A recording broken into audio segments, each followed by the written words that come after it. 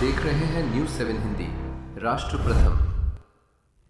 नमस्कार, मैं हूं प्रशस्ति तिवारी और आप देख रहे हैं न्यूज़ 7 हिंदी। वक्त है इस वक्त की 5 बड़ी खबरों का। शुरुआत करते हैं जहां पर प्रधानमंत्री नरेंद्र मोदी ने कहा है कि स्वास्थ्य और स्वच्छता का गहरा संबंध है तथा स्वास्थ्य भारत के निर्माण के लिए स्वच्छता को जन आंदोलन बनाना आवश्यक है।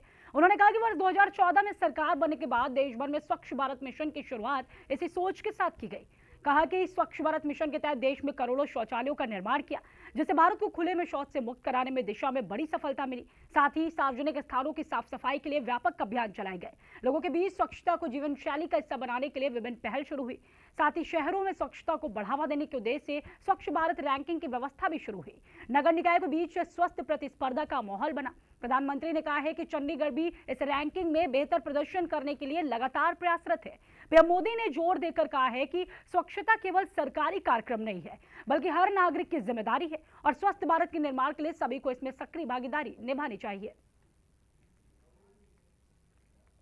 साथियों, जब हम स्वास्थ्य की बात करते हैं तो हम सब जानते हैं कि इसमें स्वच्छता की कितनी बड़ी भूमिका है। और इसलिए जब हमारी सरकार बनी थी तब हमने देश के लिए स्वच्छ भारत मिशन लॉन्च किया था।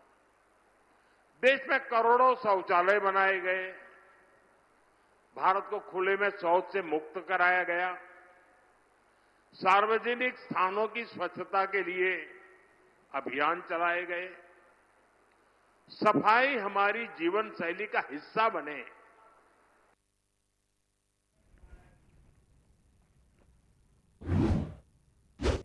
अगली खबर की बात करें जो उत्तर प्रदेश के मुख्यमंत्री योगी आदित्यनाथ ने बिजनौर में आयोजित एक जनसभा को संबोधित करते हुए विपक्ष पर तीखा हमला बोला है।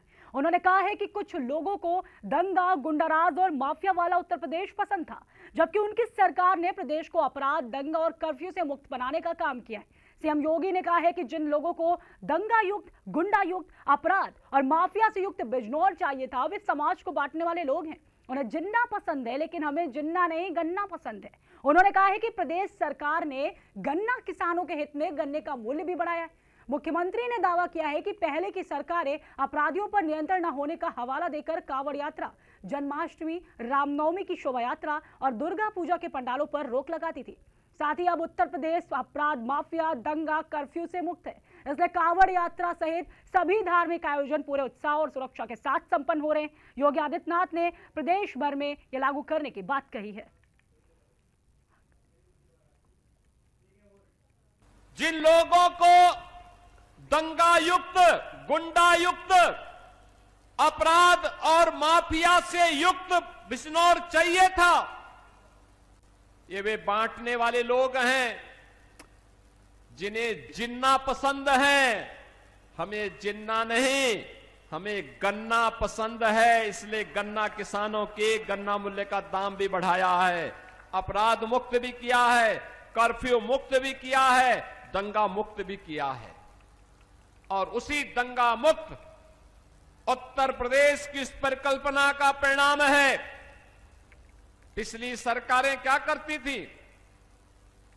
वे कहती थी कि अपराध और अपराधियों पे नियंत्रण नहीं हो सकता, उपद्रव को वे नियंत्रित नहीं कर सकते थे, तो इसलिए वे कांवड़ यात्रा पे रोक लगा देते थे, जन्माष्टमी के आयोजन पे रोक लगाते थे, श्री रामनवमी की शोभा यात्रा पे रोक लगाते थे, दुर्गा पूजा के पंडालों को रोक लगाते थे।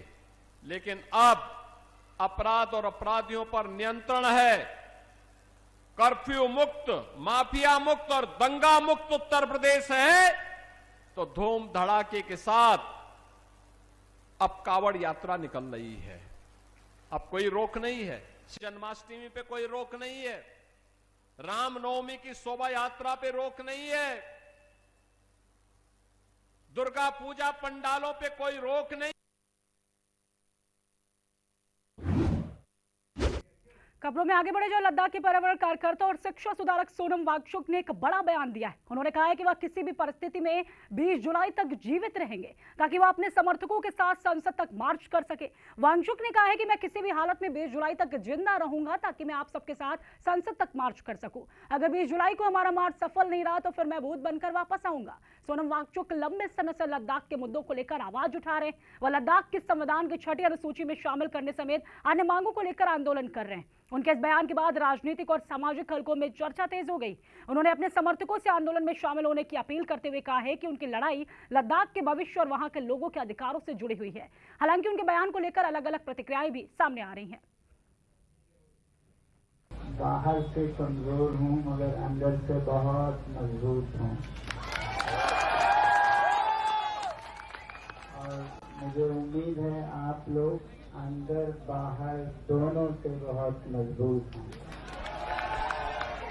तो ये मजबूती हमें चाहिए 20 जुलाई को,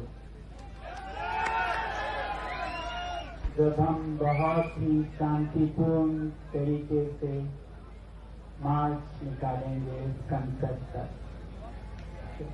और हम सब एक साथ चलेंगे और देश के लोकतंत्र के मंदिर में अपने फरियाद सुनाएंगे, अपनी प्रार्थना सुनाएंगे। आप सब चलेंगे हमारे साथ? वादा? तो फिर मैं किसी भी तरह 20 जुलाई तक जिंदा रह।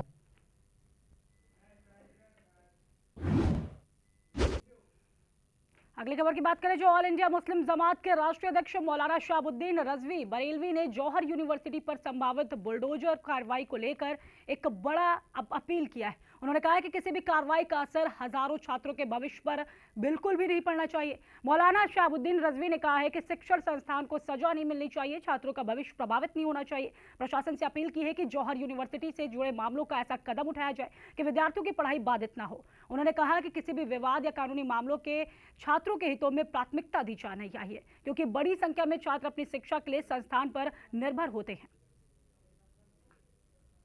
रामपुर में कायम जौहर विश्वविद्यालय पर बुलडोजर चलाए जाने की कार्रवाई बड़ी तेज हो गई है और शायद कुछ दिनों में उस यूनिवर्सिटी पर बुलडोजर चल जाए।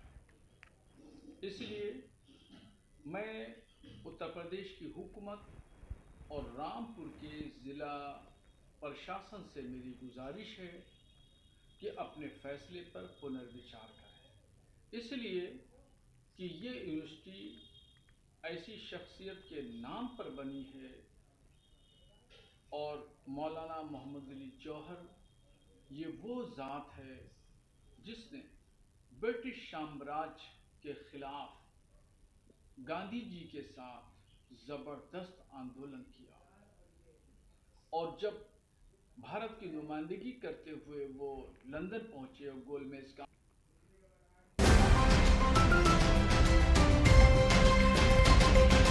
आप देख रहे हैं न्यूज़ 7 हिंदी, राष्ट्र प्रथम।